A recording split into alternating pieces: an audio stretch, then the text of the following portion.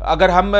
World ranking کی بات کریں تو 10ویں نمبر پر اسرائیل ہے، 6 نمبر پر پاکستان اور 4تھے نمبر پر وہ انڈیا جس کی ہم نے حال ہی میں دھلائی کی ہے۔ ہیلی کاپٹرز کی بات کریں تو 150 ہیلی کاپٹر اسرائیل کے پاس ہیں، 400 پاکستان کے پاس ہیں، ٹینک 1300 اسرائیل کے پاس ہیں اور 2600 پاکستان کے پاس ہے۔ سب میرین 5 اسرائیل کے پاس ہیں تو 8 ہمارے پاس ہیں، اور اس کے ساتھ ہی کوسٹ لائن کی بات کریں تو 273 کلومیٹر کی کوسٹ لائن اسرائیل کی ہے، تو پاکستان کی 1046 کلومیٹر کی کوسٹ لائن ہے جس کا وہ دفاع کرنا اچھے طریقے سے جانتا ہے۔ اور اس کے ساتھ ہی بجٹ کی بات کریں تو 20 سے 23 بلین ڈالر کا بجٹ اسرائیل کا ہے، پاکستان کا صرف 7 بلین ڈالر اور 84 بلین ڈالر والا انڈیا جس کی ہم نے حال ہی میں دھلائی کی ہے۔ اس کے ساتھ ہی اگر ہم نیوکلیر وار ہیڈز کی بات کریں تو ابھی تک اسرائیل نے کوئی نیوکلیر دھماکے نہیں کیے، لیکن پوری دنیا کو پتہ ہے کہ ان کے پاس نیوکلیر وار ہیڈز موجود ہیں اور ان کے پاس 80 کے قریب نیوکلیر وار ہیڈز ہیں، جبکہ پاکستان کے پاس 170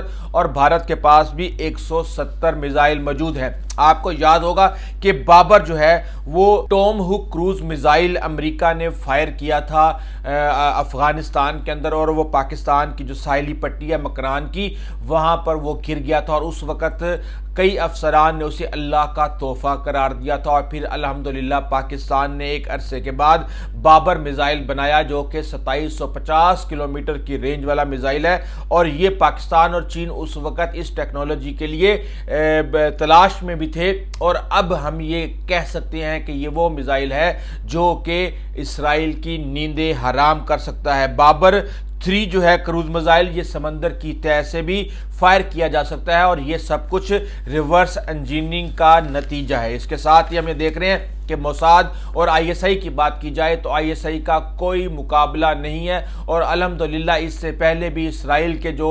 عزائم تھے ان کو ہم خاک میں ملا چکے ہیں، چاہے وہ 80 کی دہائی میں پاکستان کے ایٹمی اثاثوں پر حملے کی بھارتی اور اسرائیلی مشترکہ کوشش ہی کیوں نہ ہو۔ اب دوسری طرف ہم الحمدللہ سیکنڈ سٹرائک کی قابلیت بھی رکھتے ہیں۔ سیکنڈ سٹرائک کا مطلب یہ ہے کہ اگر کوئی ملک تباہ ہو جائے تو اس کے باوجود وہ دشمن ملک پر نیوکلیر حملہ کرنے کی صلاحیت رکھتا ہو۔ ہم یہ دیکھ رہے ہیں کہ بلوچستان سے اگر ہم شاہین 3 فائر کریں یہ اعلیٰ درجے کی چال بازی رکھتا ہے، اور اپنے ٹارگٹ سے پہلے یہ 8 حصوں میں تقسیم ہو جاتا ہے اور 8 ہی الگ الگ اٹیکس کرنے اور پریسائز اٹیک کرنے کی صلاحیت رکھتے ہیں۔ بہرحال اس کے ساتھ ہی ہم یہ دیکھ رہے ہیں کہ سفارتی کوششوں پہ اگر امت مسلمہ کوشش کرے تو وہ ابراہیم اکارڈ کو ختم کر سکتی ہے، لیکن اس کا ذکر بالکل بھی کسی بھی اعلامیے کے اندر نہیں کیا گیا۔ سعودی عرب کے بارے میں کہی جا رہا تھا کہ وہ بھی ایکسیپٹ کرے گا، اب وہ تو الگ بات ہے، لیکن میں یہ سمجھتا ہوں کہ یو اے ای اور بحرین نے جو کیا تھا اس کو بھی اس کانٹریکٹ سے باہر نکل جانا چاہیے۔ تمام اسلامی ممالک کو جنہوں نے اسرائیل کو اب تک تسلیم کیا ہوا ہے انہیں اسرائیل کے سفیروں کو ملک بدر کر دینا چاہیے، اور عالمی عدالت میں اور انٹرنیشنل کورٹ آف جسٹس کے اندر اسرائیل کی جو جارحیت ہے اور گھناونے اور مکروہ اقدامات ہیں فلسطینیوں کے خلاف، ان سب کے خلاف عدالتوں میں جانے کی اور انٹرنیشنل پریشر بڑھانے کی ضرورت ہے۔ ہاں اعلامیے میں اس کا ضرور ذکر کیا گیا ہے کہ اس کے اوپر تمام مسلم ممالک جو ہے وہ مل کے ایک دوسرے کی مدد کریں۔ ایک اور چیز جو کہ کہا یہ جا رہا ہے کہ ایک کمبائنڈ فورس بنائی جائے گی جو گلف کنٹریز ہیں، اور یہ 80 کی دہائی کا آئیڈیا ہے، اور پیننسولا شیلڈ فورس کا ایک معاہدہ ہو چکا ہے 80 کی دہائی میں، لیکن یہ صرف اور صرف کاغذوں پر موجود تھا اور اس کو کوئی بھی عملی جامہ نہیں پہنایا گیا تھا۔ اس کا مطلب یہ ہے کہ متحد خلیجی کمانڈ، خلیجی ممالک کا مشترکہ فوجی معاہدہ، فضائی اور میزائل دفاعی نظام کو یکجا کرنا، امریکی ہتھیاروں کے اوپر اپنی جو ڈپینڈنس ہے اس کو بالکل لمیٹڈ کرنا، اور اس کی خطے کے اندر موجودگی کو چیلنج کرنا، یہ وہ اقدامات ہیں جو کہ دفاعی محاذ پر بھی کیے جا سکتے ہیں، جبکہ پاکستان نے ایک ٹاسک فورس کا کہا ہے کہ عرب اور اسلامی ممالک کی ایک ٹاسک فورس ہونی چاہیے دفاعی محاذ کے اوپر جو کہ معاملات کو دیکھے۔ اس کے ساتھ ہی ہم یہ دیکھ رہے ہیں کہ اکانومی کے میدان کے اندر آپ کو میں بتا دوں کہ اس وقت اگر آپ بات کریں سعودی عرب کی تو تقریباً 900 ارب ڈالر جو ہے وہ پبلک انویسٹمنٹ فنڈ کے وہاں پر امریکہ کے اندر انویسٹڈ ہے۔ ابو ظہبی کی بات کریں یعنی یو اے کی تو 950 بلین ڈالر، کویت کی بات کریں تو $800 بلین، قطر انویسٹمنٹ اتھارٹی کی بات کریں تو $475 بلین، اور یہ سارے کے سارے اعداد و شمار چاہے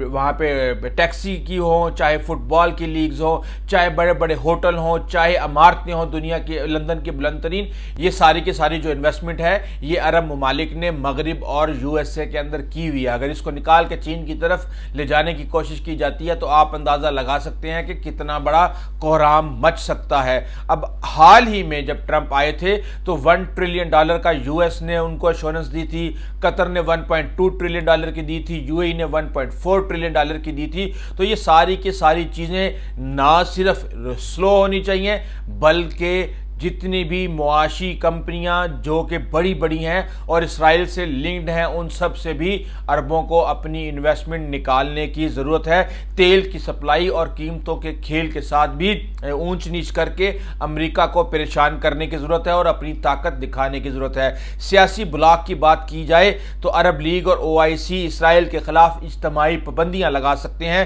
قطر، ایران،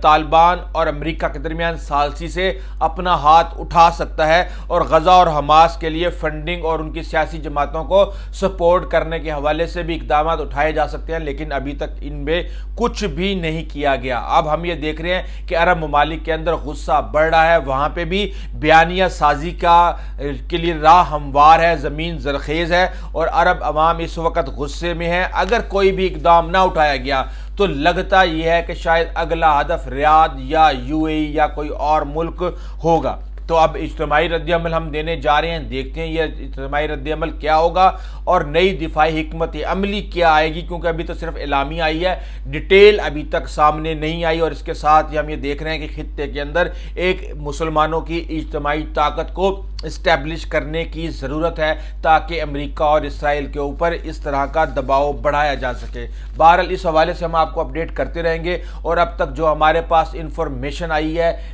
اسرائیل کے حملے کی، اب اس کے اندر آپ یہ دیکھیں کہ نہ صرف وہاں پہ مقامی جاسوس استعمال کیے گئے، سیٹلائٹس کو استعمال کیا گیا، وہاں پہ ایریل سرویلنس یعنی ڈرونز کو استعمال کیا گیا، سائبر ٹولز کو استعمال کیا گیا، اور سب کے بعد ایگزیکٹ ٹائم اور ایگزیکٹ جگہ کا نشانہ بنایا گیا۔ تو یہ سارا کا سارا امریکہ کی مرضی اور اس کی مدد کے بغیر ممکن نہیں ہے۔ ماموں بنا رہے ہیں، بناتے رہیں گے جب تک ہماری مجبوریاں ہیں، جب تک ہم جاگیں گے نہیں، جب تک ہم حتمی طور پہ فیصلہ